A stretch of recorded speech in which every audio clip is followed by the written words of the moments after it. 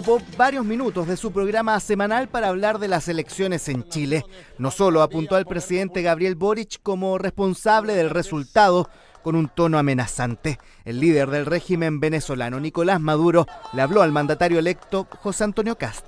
Usted podrá ser seguidor de Hitler y educado en los valores de Hitler. Usted podrá ser pinochetista, convicto y confeso, pero cuidadito, le toca un pelo a un venezolano. A los venezolanos se respeta. Cuidadito. Escúcheme bien, ¿no?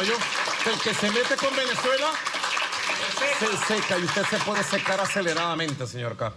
Maduro apuntaba a una de las principales medidas impulsadas por Kast en campaña, el plazo entregado a los inmigrantes irregulares para que se vayan del país. Si yo pudiera enviar 100 aviones para traérmelo en boleto gratis a todito, lo haría mañana. La respuesta del presidente electo a la amenaza de Maduro no tardó en llegar. Las palabras de Maduro me tienen sin cuidado, que es un dictador, un narcodictador, y que hoy día está pasando momentos difíciles por la presión que está ejerciendo Estados Unidos, y seguramente luego quizás otros países, porque la exportación de la droga no es aceptable. Un Kast que en materia exterior ha recibido felicitaciones de Donald Trump, líderes europeos y otros presidentes de la región, a diferencia de la actitud mostrada por el mandatario de Colombia, Gustavo Petro, que provocó acciones diplomáticas de Chile. Comparto la nota de protesta. Todos los presidentes de Latinoamérica tienen que ser muy respetuosos de la decisión soberana de cada país. Mantengo mi esperanza de que el señor Petro le pida perdón al presidente electo de Chile. Pese a la nota de protesta del gobierno, Petro insistió en su arremetida contra Kast en X. Tras su reunión con Javier Milei, el presidente electo profundizó sus cuestionamientos a Maduro y fijó postura ante una eventual intervención de Estados Unidos en Venezuela. Yo apoyo cualquier situación que termine con una dictadura, una narcodictadura. No nos corresponde a nosotros solucionarlo, pero el que lo haga va a contar con nosotros. La controversia de Maduro con Chile, luego de su decisión de romper las relaciones diplomáticas. After days of intense meetings between Ukrainian and European leaders and American envoys, there is much talk of progress toward ending the nearly 4-year-old Russian war on Ukraine.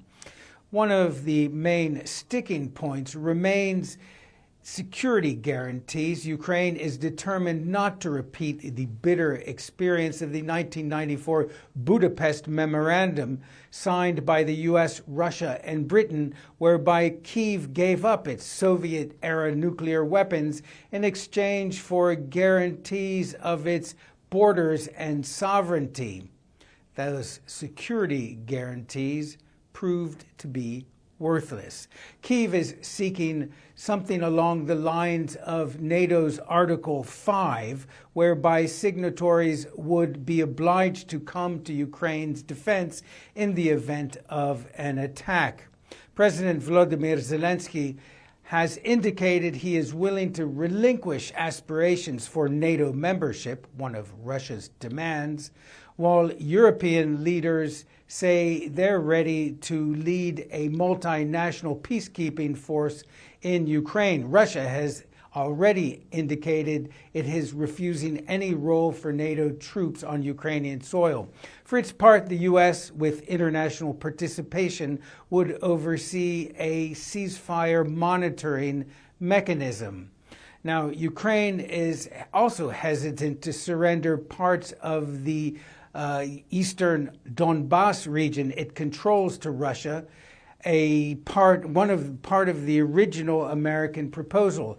Ukraine will submit its revised and refined version of President Trump's peace plan to Washington in the coming days, and the Americans will then in turn run it by the Russians. And then the real negotiations will begin. Now, Monday, German Chancellor Friedrich Merz made a much more modest proposal, a Christmas truce, to which the Russians said no. If you found out we weren't alone, if someone showed you, proved it to you, would that frighten you? A new teaser trailer is providing a first look at Steven Spielberg's UFO movie, Disclosure Day. Yes, the E.T. and Close Encounters director is back at it again with a story about visitors from another world. Emily Blunt, Josh O'Connor, and Colin Firth star in the sci-fi film, which opens in theaters next summer. Let's. Today's.